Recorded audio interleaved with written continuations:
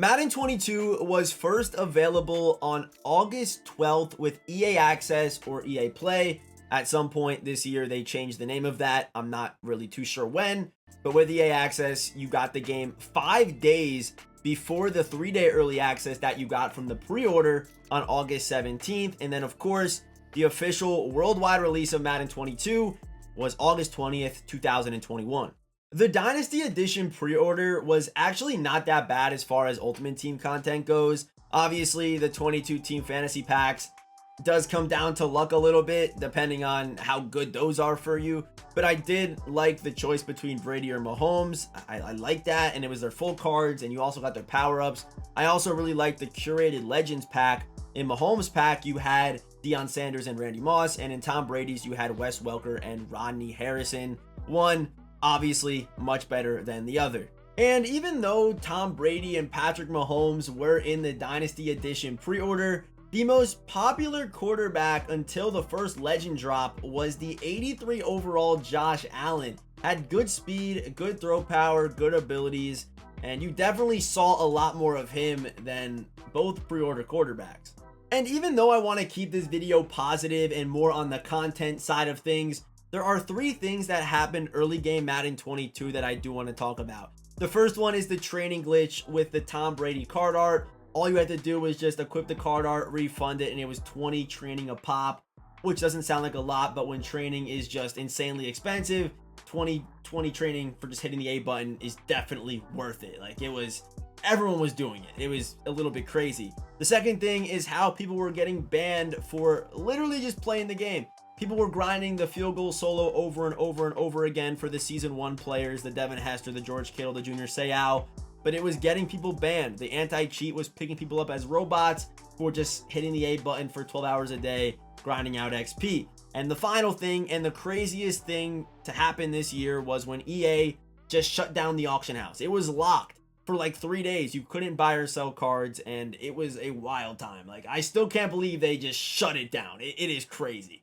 So soon after the game came out, we obviously had our first legend drop of the year. And I really do think that the first legend drop was one of the best content drops that we saw all year. Might be a little bit biased having a Jets theme team, but we got Brandon Marshall, Darrelle Revis, LaDainian Tomlinson, Ed Reed, Johnny Unitas, and Michael Strahan. Johnny Unitas was the most sought after quarterback for a little bit. Had good speed and good accuracy stats. He was soon sold for the man that came out the next Wednesday, and that was the flashback Danny Dimes. He was the most popular quarterback for a good amount of time. Good release, good speed, good throw stats. He was nasty, man. He was a really, really good card, and everyone obviously sold their Johnny Unitas, which drove down his price, and Daniel Jones and him kind of balanced out. But Danny Dimes was easily the most popular and the best quarterback in MUT for a very, very long time. We then had the Superstar promo with 89 Buda Baker, Saquon Barkley, Tyron Smith, Vita Vea, Marlon Humphrey, Von Miller, Michael Thomas. We had Russell Wilson, a bunch of pretty cool names. However, I think Saquon Barkley was probably the best out of all these cards. He was 88 speed. He was really good at the time, and that Giants theme team was definitely kind of dominating to start the year with Danny Dimes and Saquon Barkley leading both their position groups. We then had our first limited edition drop of the year. We got to see the card art for the first time, and this drop was headlined by LTD Darren Waller. For good reason, this card had a lot of hype around it. 6'6", crazy speed, good route running. So this card was very sought after and very expensive. We then had Campus Heroes with Joey Galloway, Roy Williams, Vince Young, Reggie Bush. However, there was a slight problem with this promo because EA made the power-ups super expensive for like 5 hours, and then randomly they just put them in packs, and a lot of people lost like hundreds of thousands of coins pretty early in the year, which definitely hurts a little bit. We then had the 87 speed Jimmy Graham, the first example of them just simply juicing a card for no reason. Usually they do Jimmy Graham dirty in the speed category, but this veteran Jimmy Graham with 87 speed was crazy. It's just absolutely crazy. It made no sense seeing that card out there. This veteran drop was followed with the Ultimate Kickoff promo with the limited time Julio Jones, Calvin Johnson, Sean Taylor. Those were really the only good cards from the promo. The 88s, there really wasn't any good ones in my opinion. So yeah, Ultimate Kickoff this year definitely could have been improved, but I did like seeing the big names like Calvin Johnson and Sean Taylor in the promo, obviously. And then we got another legend drop, which was definitely crazy. We got 91 speed Jerry Rice. Just like Jimmy Graham, they usually cheat Jerry's speed, but this year was obviously different, and EA definitely set the tone early by giving Jerry Rice 91 speed. He was easily the best wideout in the game. You match the route running with his size and his archetype, and 91 speed definitely made Jerry an absolute demon. That following Wednesday, we got our first gunslinger quarterback in Madden 22. And it was, of course, the legend himself, Jet legend Zach Wilson. His release was not the greatest, but did have good speed, and that gunslinger definitely created hype around the card. I don't think he really became more popular than Daniel Jones, but it was just crazy that there was a good period of MUT where people were either running Zach Wilson or Daniel Jones. It's just crazy to me. It is wild, but there was a time where those were the two most popular quarterbacks in the game. That next week, we got another pretty solid wildcard Wednesday quarterback with the flashback Cam Newton. And then later that week, we had the Team Diamonds drop with the 78 speed, 95 overall Dan Marino, which was obviously way before his time. The rest of the cards in the promo weren't that crazy, but that 95 overall Dan Marino with the Slinger 1 release was definitely an absolute demon, man. That card was relevant until like New Year's, probably later than that. He was good until maybe like Team of the Year. He was good for so long. Obviously expensive when he first came out, but he was definitely a gremlin. At around this time, it was week 3 of the NFL season, and we finally got our first really good Team of the Week card, and that was Josh Allen. Like I said earlier, he was the most popular quarterback to start the year, and then once again, he became super popular with his good release, good speed, good throw power. Josh Allen is, almost all his cards are just super good. Like, they're never bad. And also at around this time, the Madden 22 companion app was getting people banned for buying and selling coins for no good reason. Makes no sense. Still, I'm afraid to use the app, but it was happening to a lot of people. They would just be using the app, they'd log onto their game, and they would just be banned. Also at around this time, the Raiders theme team was going crazy. They were getting a bunch of really good cards, so the Raiders theme team popularity definitely did begin to rise. And then we had the Gridiron Guardians drop. We had Aaron Rodgers, we had CMC, we had Ramsey. EA did actually have to add speed to Christian McCaffrey and Fred Warner because they made them too slow. After seeing what they did to Fred Warner this year, his core elite card, that's not going to be a problem this year. They literally gave him 86 speed to start the year, which is crazy. But yes, EA actually, they rarely do this. They added speed to both the cards because of Twitter's complaints, which is absolutely insane to me. We then had another really good legend drop. We got Ted Hendricks. He was basically a golden ticket that came out in like September, early October. That's basically what he was. 6'7" with lurker, 90 power moves, could hit, could basically do everything. And then the Raiders covered up their one hole, and that was the running back position, and they got the veteran Cordero Patterson. We then had Mike Vick weekend, and I feel like Mike Vick weekend is the same every single year. EA creates a bunch of hype, they make us all buy in, we're super excited for Mike Vick, and then you buy Mike Vick for 800k and he's just not good, and you sell him right back. But there's always those people that just love his card for some reason, but a majority of people just don't like Mike Vick cards, even though every single year it's the same thing. I think this card's gonna be nasty, he's the best, he's so fast, he's so good, but then you use him and you're like, yeah, no, I'm selling him back. He's just not worth what he's going for in the auction house right now. It's simple as that. Not to mention, we also did get Charles Woodson in this drop. I remember I spent just too much money trying to pull both these guys. I think I pulled Charles, but I wanted Vic because his price tag's always just crazy. So moving on from Mike Vick, we now have a limited time Team of the Week card, and that is the 93 base speed Will Fuller. Another card that was super expensive. 93 speed at the time was super glitchy. Powered up 94 if you put him on one of his theme teams, and gave him the strat cards. We're looking at some pretty crazy speeds for before even Most Feared. So this card was definitely expensive. The next thing up here is the Most Feared promo does drop. We got Derrick Henry. We got right outside linebacker Ed Reed. It was the first time ever where a card had 2 power-ups, but you could put one card into both power-ups. You can either power up his strong safety or power up his right outside linebacker. No one used the right outside linebacker Ed Reed. It was just kind of a gimmick, I guess.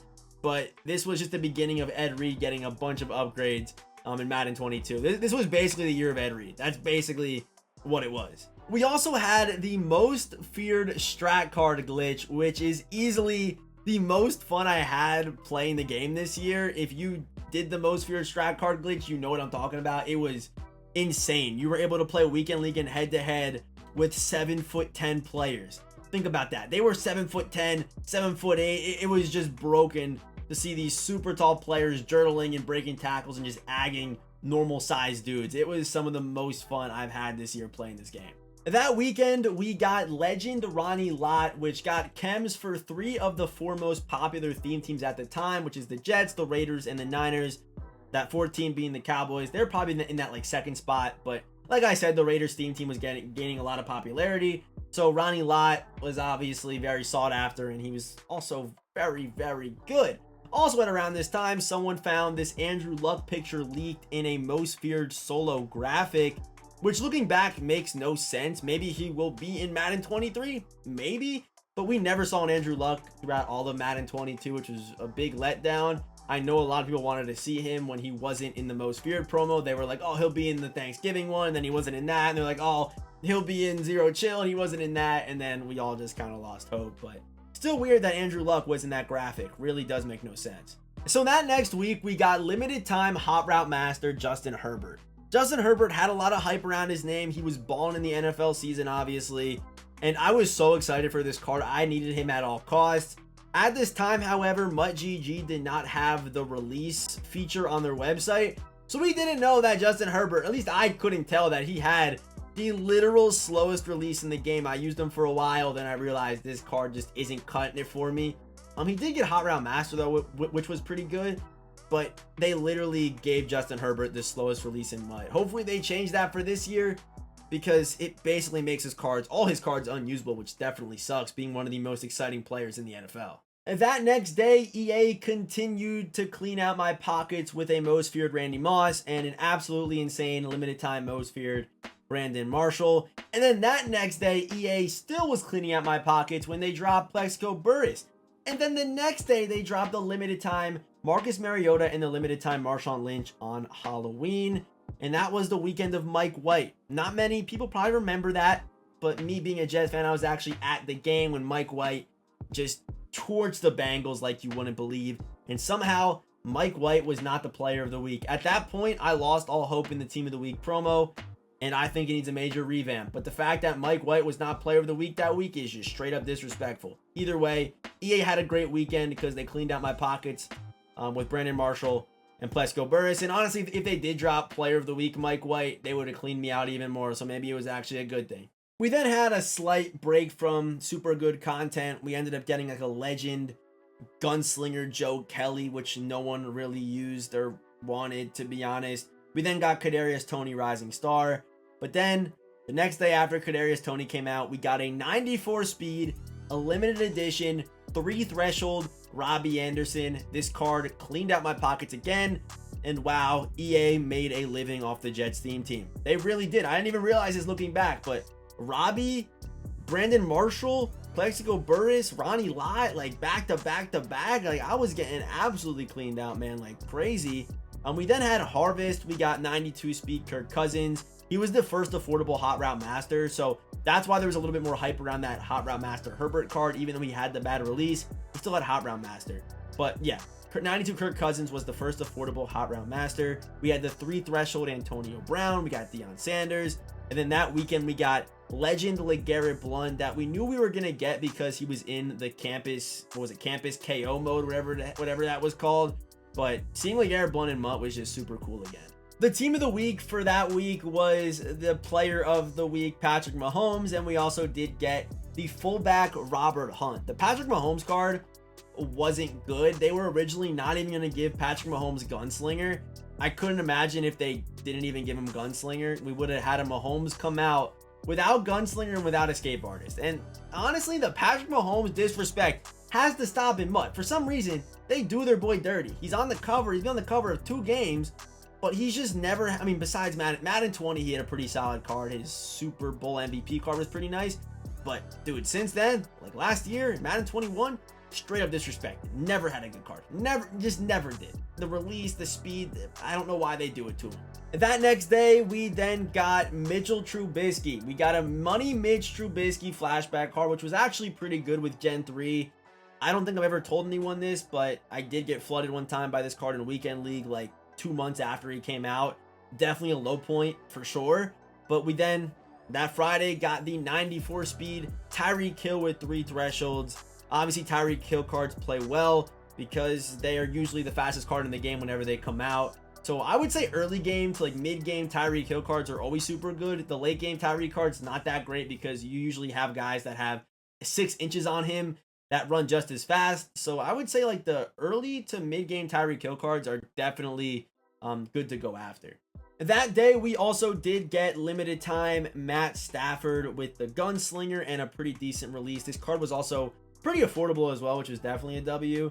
And then that weekend, they continued to clean me out. They kind of got back onto it and they dropped legend Keyshawn Johnson, and then the Jets theme team became super popular. Like, they were insanely popular. It was actually a little bit crazy. The receiver talent with Robbie Anderson, Keyshawn Johnson, they had so many names for no reason, and none of those players were even like current players on their team. It was just all just like legend cards that, you know, they at some point in their career played for the Jets, but they were just eating like you wouldn't believe on offense and on defense. And then that week, that Tuesday, we got limited time Jamal Adams, which again, they wanted to clean out my pockets. This card was insanely expensive, and like I said, the Jets theme team was very popular at this time, so he didn't stay up on the auction house for long. I believe I spent up near like 1 million coins for this card, something stupid like that. It made no sense. I definitely lost a lot of coins on Jamal Adams for sure, but he was pretty good. Ash was a pretty good card with the speed boost, and that card art was absolutely beautiful. That same day, Jonathan Taylor got his second player of the week of the year, which is kind of funny. Jonathan Taylor was having such a good year that not even EA could resist giving him 2 player of the week cards. As far as the cards go, they were pretty solid. They weren't that different from each other, but I just found that kind of funny. And that week was the week of Thanksgiving. We got Blitz, we got Bo Nose on the Bo Jackson card. That card was just so dominant. It was actually crazy. He wasn't as good as Madden 20 Eric Dickerson, but I was getting those vibes. For just 2 AP, you had Bo Nose, which was just insane how easy it was to activate, especially if you're a runner like me. I had a smile on my face whenever that X Factor was lit up. He was absolutely insane. We also got Blitz Lamar Jackson, not the best release, but good speed. We also had the limited time Kyle Pitts with the beautiful, beautiful card art and the 93 speed. And also that weekend, the Raiders got another running back. They got Roger Craig, who didn't get another card that year, but the Raiders, they got Bo and they got Roger Craig, and basically this in like 3 days, I think it was. A couple days after the Scramblers went out there and bought Lamar Jackson, Bo Nose Randall Cunningham came out, and he was pretty good, obviously. He was good all year. If you used his free agent card, it was basically the same thing at the time, which was kind of funny that they didn't give Lamar his time in the daylight. They just dropped this card, and then they dropped Randall Cunningham right after, who was obviously better because of the release.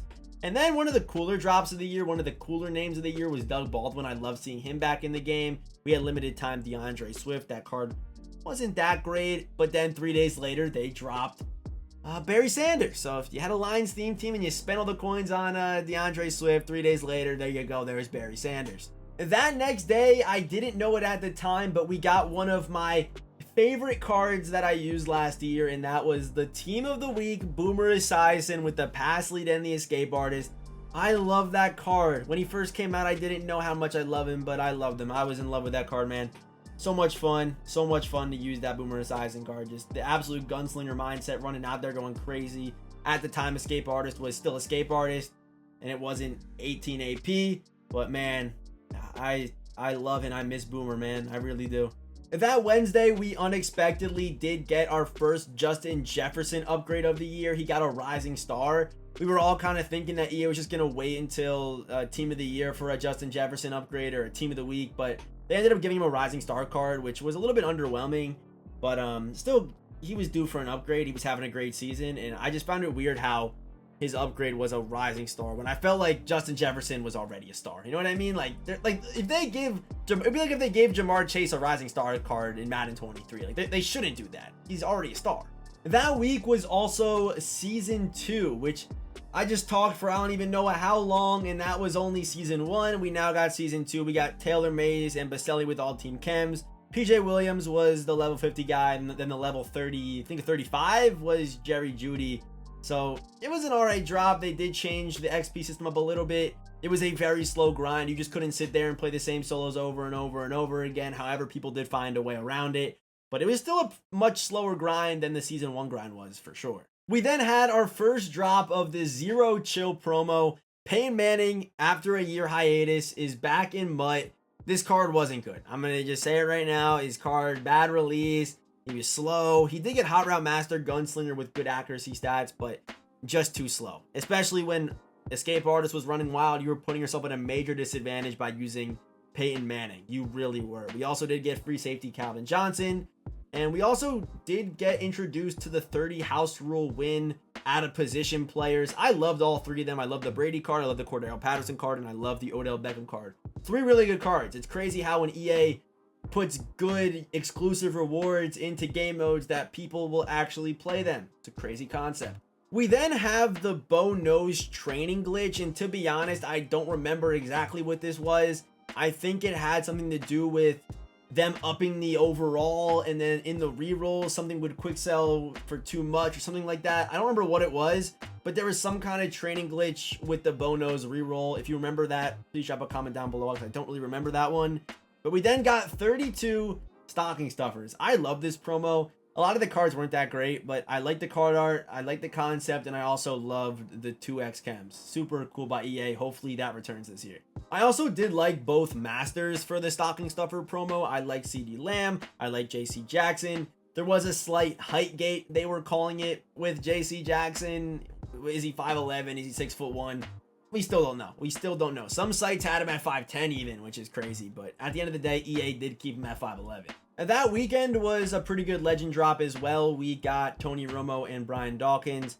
Dawkins definitely better than Romo, but Romo obviously has some hype with the Dallas theme team really heating up. And yeah, Tony Romo obviously being a fan favorite for a lot of people. Maybe not a lot of people, but I tried him out. Didn't really like him that much. He wasn't anything special. And then that Monday we had, in my opinion, no bias obviously, the best bow nose drop of the year with Calvin Johnson, and of course the greatest man-to-man corner of all time, Darrelle Revis. So this was the week before Christmas, and this bow nose drop kind of set the tone for the week. We all know EA's content strategy: drop good content the week before and the week after Christmas. That's just how you do it. We all know why they do it.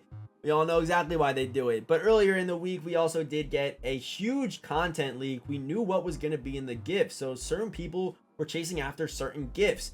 We all kind of wanted the Isaiah Simmons. We didn't really know what Derrick Henry was going to be. We had no idea he could ever be what he did end up becoming. But middle of that week, we did end up getting the ghost drop with Adrian Peterson, limited time Tim Tebow, limited time Devontae Adams, Vernon Davis, Ted Hendricks, Devin Hester. Unfortunately, the Friday Zero Chill drop wasn't that good. The gifts open up on Saturday. We also did get legend Walter Payton that weekend, which a lot of people simply forgot. But Derrick Henry became the best QB in MUT. For some reason, his accuracy stats didn't matter. And even at the beginning of that gameplay, you would hear me talking about his accuracy and how it's going to be a problem. It wasn't.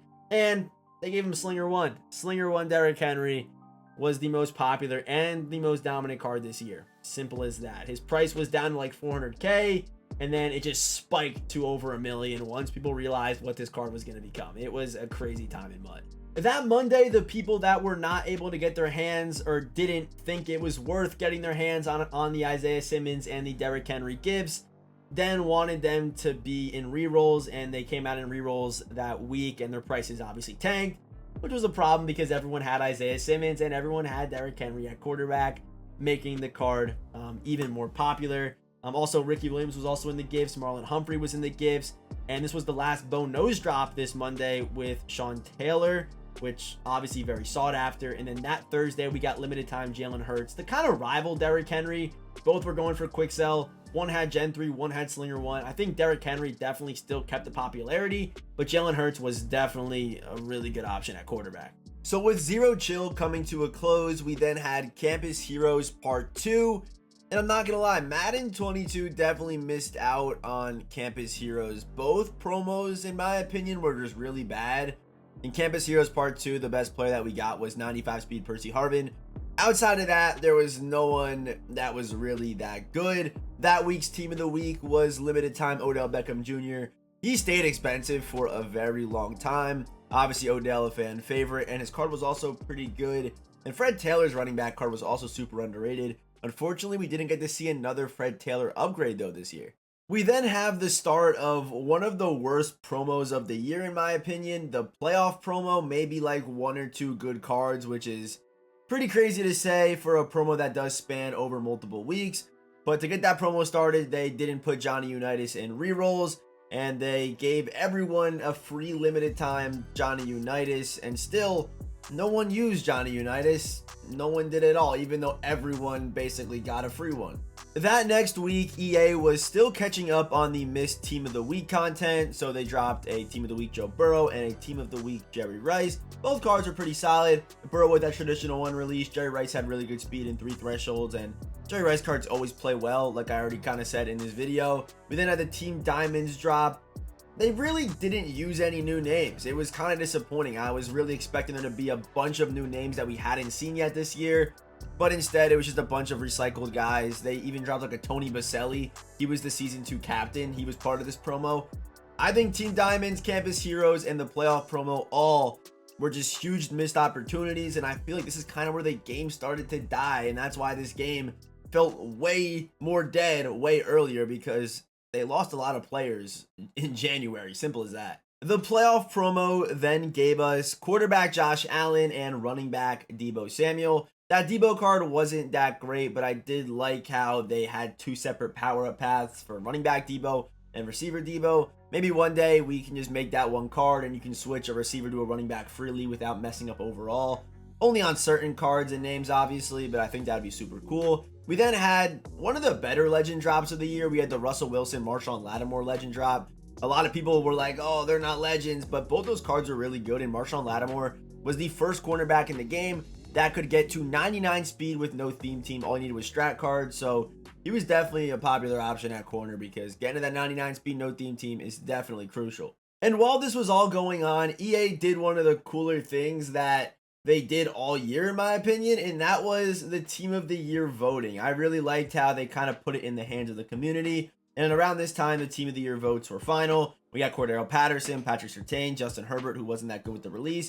Deebo was the player of the year with that built-in armbar. Card was all right, a little bit overpriced, but it is what it is. We got Denzel Ward, we got Justin Jefferson, Tony Pollard, Kenyon Drake. It was a really good promo. I really did like Team of the Year, and a lot of those cards stayed relevant for basically the whole year. Like Cordero Patterson and like Tony Pollard, all those guys, they were all big body backs that had speed way before their time. They were pretty crazy.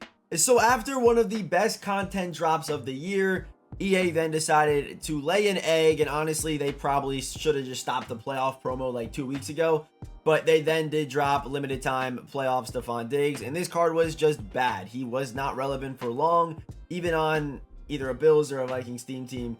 This card just didn't last, especially not in the Vikings, because the Vikings receiving core was loaded. Maybe on the Bills, he made the team, but he just wasn't that great. But for the Vikings, their receiving core is loaded. He wasn't relevant for not very long. It wasn't a long time for Stephon Diggs.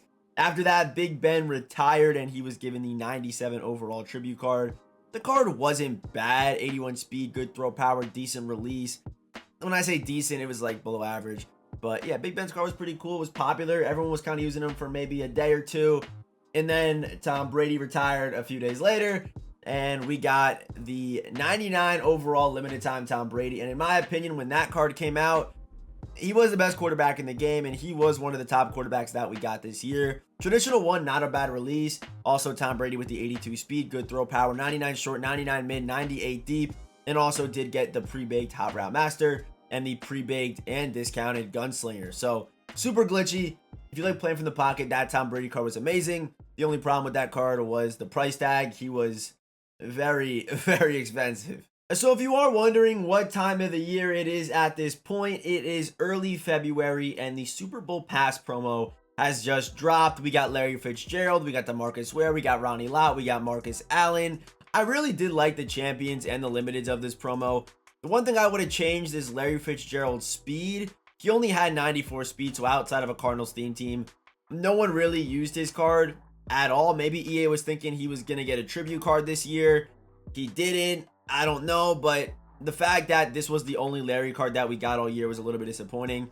And EA was juicing guys' speed. Like I said, with like Jimmy Graham, they juiced Devontae Adams' speed this year. They juiced Jerry Rice's speed. I feel like that easily could have been done with Larry Fitzgerald, but it is what it is. That next day, we got the legend Christian Okoye. In my opinion, one of the better legend cards that we got this year. But no one really talks about how good this Christian Okoye card is for some reason. That Wednesday, we got flashback Josh Gordon. Then that Friday was the Super Bowl present part of the promo, with Aaron Donald and Joe Mixon being the masters. The LTDs weren't that good, but what was good was the Super Bowl MVP, 99 overall Cooper Kupp, basically a golden ticket. Really good speed, really good route running, got all the ability buckets. I was a huge fan of the Super Bowl MVP Cooper Kupp. That card was just amazing. Don't worry, we'll get back to the rewind in a second, but I did want to take the time to thank you for watching the video up until this point. And if you want to join the video, head down there, hit that like button, and if for whatever reason you are not subscribed to the channel, head down there, hit that subscribe button, turn those notifications, because as we all know, Madden 23 is just around the corner, and the daily content, the gameplays, the tier list, all the content that you guys love will be back. So hey, make sure you are subbed with those noties on. Hopping back into it, we have drop number 1 of the NFL Honors promo, and if you guys watch the channel, you know I extremely dislike the NFL Honors promo. I think it's outdated. I don't think any of the cards are ever worth it. But drop number 1 gave us 97 speed Jamar Chase. We got TJ Watt, and we got that Micah Parsons card. Second drop gave us 94 speed Jonathan Taylor. But then to kind of break it up, we got Gridiron Guardians Part 2. I liked Part 2 a lot more. I think it was super cool how they structured this promo. I love the Joe Namath card with that Slinger 1 release. He was so good, so fast on the Jets theme team. He was actually amazing. Like, accuracy wise, I know some people didn't like the card, but I was a huge fan of that Joe Namath. We also did get the Gridiron Guardian Derrick Henry and the boosted Deion Sanders, a card that was able to boost man and zone if you did the set during the Gridiron Guardians promo. I love the structure of the promo. I really liked how there was kind of like a super champion on top of the champions. I thought Gridiron Guardians Part 2 was done perfectly. So getting into the end game, we then had the first drop of the Ultimate Legends promo. And earlier in the week, EA put a teaser in the menus with all of the numbers of the players that we were getting that weekend. And there was a bunch of prediction videos made, a bunch of hype around this first drop. And I would say it lived up to the hype. There was a bunch of good names. We got Ocho Cinco, we got Mike Ditka, we got Ray Lewis, Mean Joe Green, Night Train Lane, Eric Dickerson, Elroy, Phil Simms, Larry Wilson, and we had the discounted route tech Jimmy Smith. It was a pretty good first drop. I would say definitely a top 3 single content drop of the year, getting just a bunch of endgame cards on one day. Cards that if you buy then, you could have on your team for the rest of the year. So a super nice drop. I love how EA created the hype, the prediction videos, and then the cards also did live up to it. We then had the third and final drop of the NFL Honors promo. We had MVP Aaron Rodgers and Andrew Whitworth. Unfortunately, it wasn't Madden 20 or Madden 21, where the Slinger 1 release is unique to Aaron Rodgers and Brett Favre. So you had Joe Namath that had it, you had Derrick Henry that had it. Both were debatably better than the Aaron Rodgers card because of the speed and stuff like that. So yeah, no one really went after Aaron Rodgers, not to mention it was NFL Honors, so the card was simply overpriced. At around this time as well, we had the AP update with the +6 to Escape Artist. They couldn't fix it themselves, so they just raised the AP. And it was a pretty wild time in when people first saw the +6. The +6 to Escape Artist was just wild. After taking a year off, we had the return of the Combine promo this year, headlined by Chris Johnson, a card that people wanted to see since Madden 20.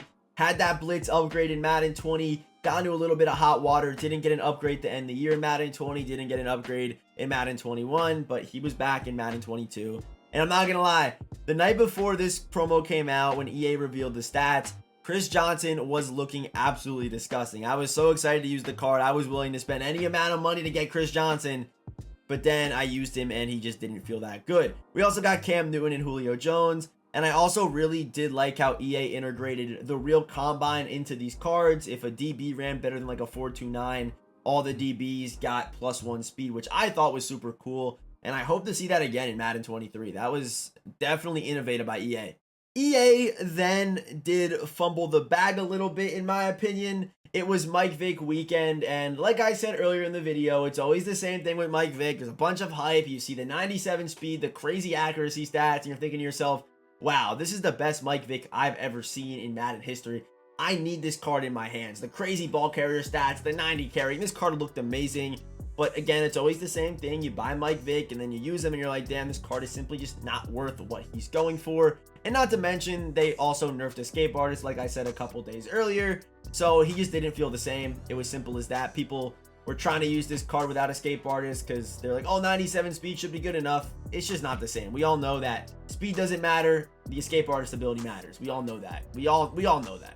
After EA fumbled the bag a little bit, we then got, in my opinion, one of the best promos of the year, the Backyard Ballers promo. It was a multiple week promo, all out of position players, which was super cool. Hopefully next year they tone it back on the out of position players. I feel like this year they went overboard with it, so hopefully next year it's toned back a little bit. But drop number 1, we got Micah Parsons, running back. We got limited time Ricky Williams, wide receiver. 95 overall, middle linebacker Tyreek Hill with crazy speed. And we also did get out of position strong safety Jimmy Graham. It was a very good start to the promo with a bunch of really good names. My favorite being the Micah Parsons running back. This one isn't that big of a deal, but we then did get Ultimate Legend Ed Too Tall, and that was when we first saw his 6'9" out of position wide receiver. Some people did use the card because the Dallas theme team was semi-popular at the time, but that was basically the birth of Golden Ticket Ed Too Tall, and then people wanting a 6'9" corner Ed Too Tall. That was kind of the start of it. We then had Backyard Ballers drop number 2. It was the sibling part of the promo with these sibling chems. We got the Diggs brothers, we had the Barber brothers, the Watt brothers, the Kelsey brothers. In my opinion, again, a really cool concept that the brothers had chemistries and they would boost each other. I thought that was super cool. So EA was kind of getting creative to end the year with the Combine and the Backyard Baller stuff. We also had the $20 theme team starter packs come out if you were just starting to play MUT at this time for whatever reason. These were kind of clutch. You kind of could put together a pretty solid team, and it was also good for players that were addicted to just building new teams. It made it super easy for them just to switch over chems with just $20. It was a good money grab by EA, definitely smart, and I'd love to see this come back earlier in the year because I would definitely invest in it. If I was switching theme teams, I would 100% do this, like 100%. We then had Backyard Ballers part number 3. We had Peyton quarterback with the 91 speed, and we had the Barry Sanders right outside linebacker that played so well with the 99 speed off the edge. His card was so nice. We then had Ultimate Legend Charles Woodson and Edgerrin James, and we had the final Backyard Ballers part with the Randy cornerback, the Julio free safety, and the Trent Williams fullback. We are now getting into the free agency promo, and for me, this is where the game started to feel stale because you were just facing the same players over and over again. And I do understand the whole gimmick for the free agency promo is that the masters get all team chems, but the game just started to feel stale. And I'm fine with like the normal masters, like Devontae Adams got it, Evan Ingram got all the team chems, Marcus May got all the team chems. The problem I had was with Randall Cunningham. The card was just so good. He was probably one of the best quarterbacks in the game when he came out. Gen 3, great abilities, and all team chems. And he had a store offer that you could easily get. Like, basically everyone had Randall Cunningham, and this promo made the game feel super stale. And it was only March 17th, so we still had a lot of time before we are where we are today. A very long time. March 17th is when this thing dropped. We also did end up getting limited time Russell Wilson, limited time Khalil Mack, limited time Calais Campbell, limited time Amari Cooper, and limited time Teron Armstead through the free agency promo. I did like the Russ limited, and I mean, if you had the theme teams, I guess Cooper was cool too. But yeah, the ULs for that week were Randy and William Perry. Randy was the best wide receiver at the time. He was absolutely insane. I remember doing that gameplay. He actually was doing things that just weren't human on the football field, so that UL Randy Moss was just absolutely disgusting. And also William Perry did end up getting a quarterback card, which was pretty cool. Unfortunately, we didn't see a golden ticket quarterback Perry like I definitely thought we were going to, but we did still end up getting the fullback, so I guess I'll take that. With Bo Nose, by the way, which was, oh, we'll get into that in a little bit. Oh my goodness! Oh my god, yo! So after dropping Ultimate Legend Randy Moss, that next week, EA revealed a brand new promo called Madden Machines. Madden Machines is what it was called. And this was the worst promo of the year by far. I did like the concept. I like the idea of the overdrive players. I would love to see Madden Machines back for next year. The only problem with the promo was the card just had an average stats and a lot of the names just weren't big names. It just wasn't a flashy promo. But I did like the concepts and I would love to see it back next year. I made a whole video on this promo if you want to go check it out. But yeah, I would love to see it back next year with some slight improvements, obviously. With all that being said, the Madden Machines promo was a two-part promo. The first part, the champions were Tyreek Hill and Anthony Barr. The problem with that is no one really used linebackers in Madden 22 unless you're running 6'1". And Tyreek Hill's endgame cards are never worth it in my opinion, because who's going to use a 5'9" receiver with 99 speed over a 6'2" or 6'3" receiver with 99 speed? No one in their right mind. So those two champions were absolutely useless in my opinion. That weekend, however, we did get a very nice quarterback. We got Ultimate Legend limited time Steve McNair. He was the best QB in MUT when he first came out. He was the only QB with Gunslinger and Escape Artist in MUT. He was the only guy that was able to do it because he had the discounted Gunslinger. But then that next week, they actually rose the AP, going up 2 on offense and going up 2 on defense. So he then wasn't the only guy that was able to get Gunslinger Escape Artist, making everyone that overpaid for his card a little bit upset because they thought he was going to be the only guy that was able to get both those abilities together. That week, we also had the golden ticket fiasco, where people were trying to pull their golden tickets out of packs, and about 70% of the community, I ran a poll on YouTube, and about 70% of you guys didn't even get a golden ticket pack. Like, you didn't even have the chance of pulling a golden ticket, which is actually just crazy to me. But it's not that big of a deal. The odds are never in your favor anyway, but still, it's the opportunity. It could have been you. You know what I mean? It could have been you. But yeah, there were golden ticket opportunities. There was the drop on Thursday, which was absolutely scuffed. And then drop number 2 did go a little bit better, but that Thursday drop was just disgusting. We also had Madden Machines Part 2 with Dak and Adrian Phillips as the master. But the best Madden Machines card did drop this day, and it was Donnie Parham. Overdrive Donnie Parham was absolutely insane, and I am hype to use his headliner card in Madden 23. He looks amazing, man. I love Donnie in Madden 22. I'm so excited.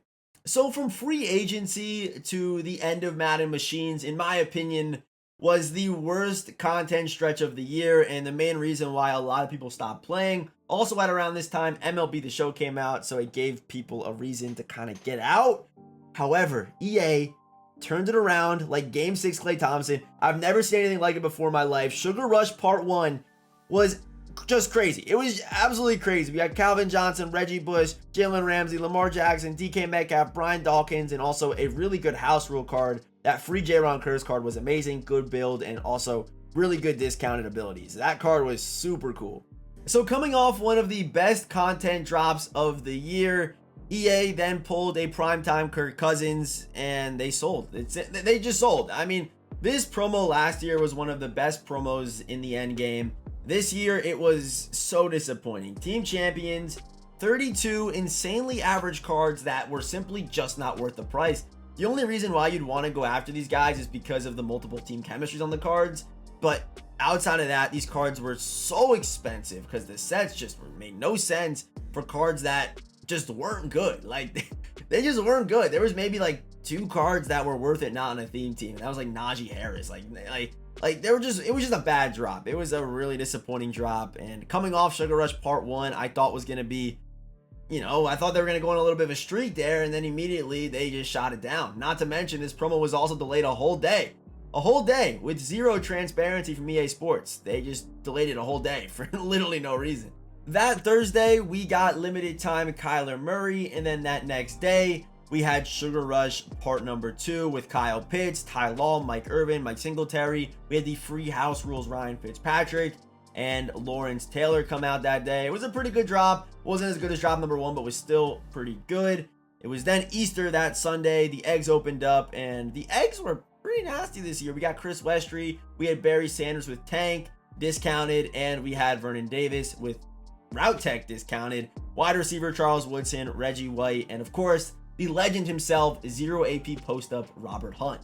That Wednesday, we got veteran Joe Flacco, and then that Friday was the beginning of the draft promo, getting started with the draft pass part of the promo, and this drop was just straight up disappointing. Again, EA just basically downgrading from what they did in Madden 21. In Madden 21, the draft pass promo was so good. We got 32.99 overall cards.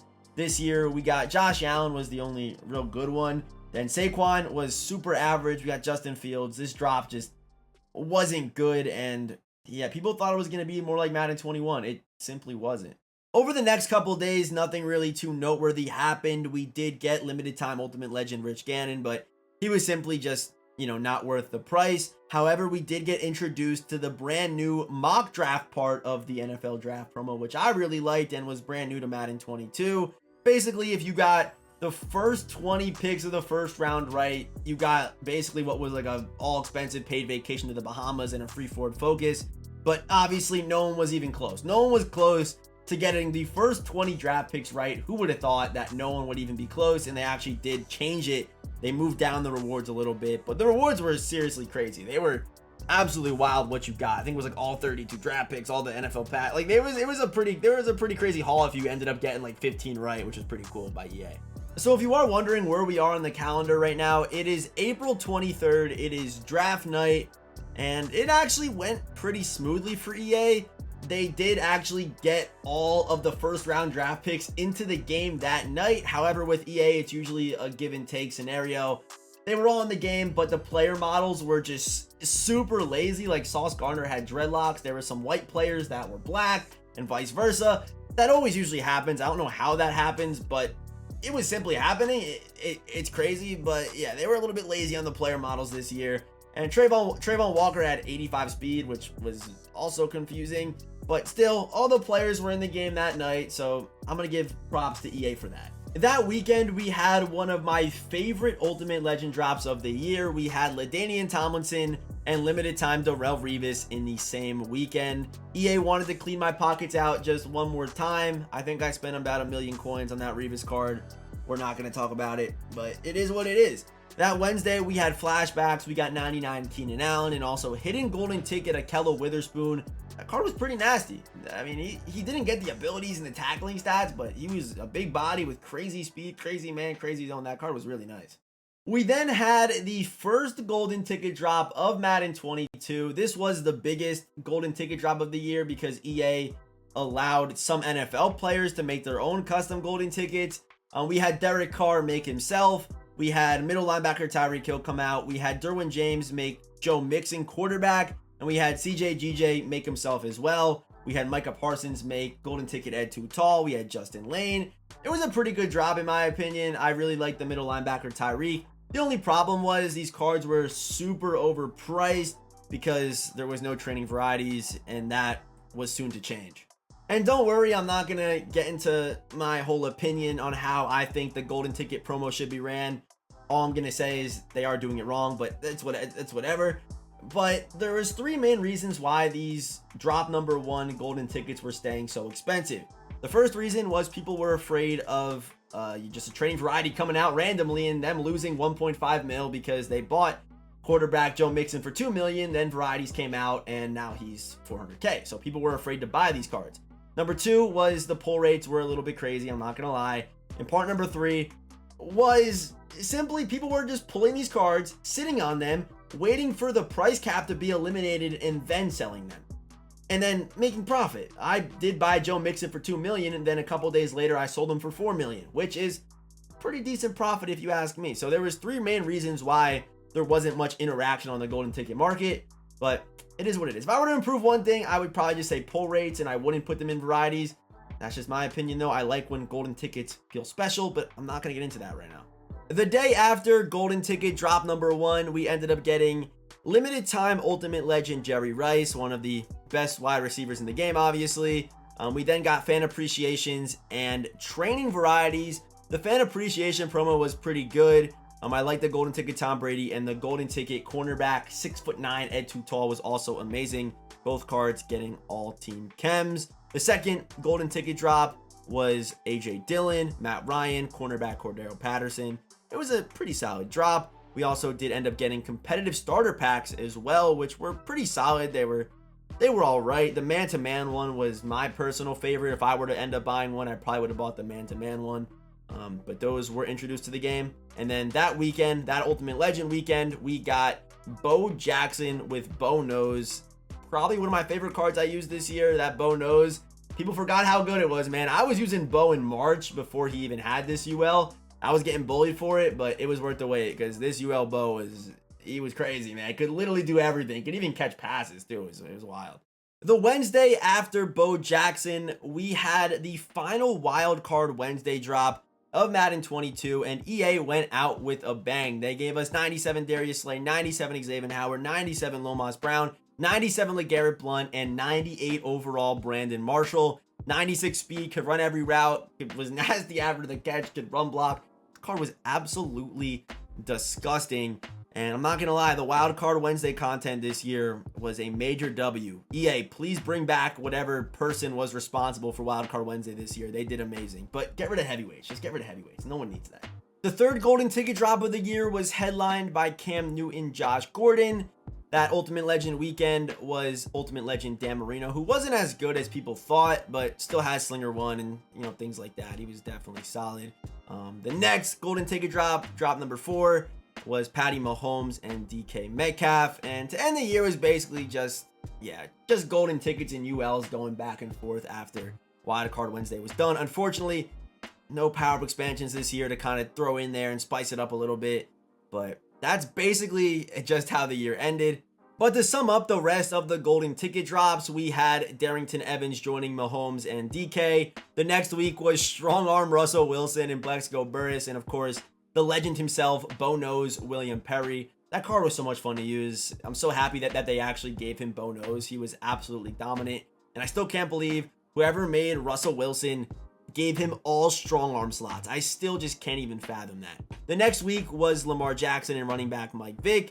And the final golden ticket drop of the year was headlined by quarterback Derrick Henry, the man who symbolizes Madden 22 out of position, Slinger 1, and Broken Escape Artist. He literally symbolizes Madden 22 to a T. And I probably should have mentioned it, but EA was still dropping Ultimate Legends during the time that these golden tickets were coming out. Nothing to really write home about, but they did also continue to drop Ultimate Legends for a couple weeks after the last golden ticket drop. EA also did realize that they didn't give us a 99 punter and a kicker. I'm actually happy that they did it this way instead of wasting Ultimate Legend weekend on a punter or a kicker. But they did give us golden ticket Justin Tucker and Matt Oritzia, I believe is how you say his name, which is pretty cool by EA. All team cams, everyone got a 99 kicker and punter for simply just logging in. And that really is it to end the year. That basically takes us to today. A couple more Ultimate Legend drops and some reduxes. And that takes us to current day Madden 22 with Madden 23 right around the corner. I have no idea how long this video is. I just know I've been recording it for a while. So if you did watch all the way till the end, hit that like button. If you are new here, hit that subscribe button, turn on those notifications. And man, I'm excited for Madden 23. So hopefully you are too. Hit that subscribe button, turn those notifications, hit that like button. And I will see you boys in the next one.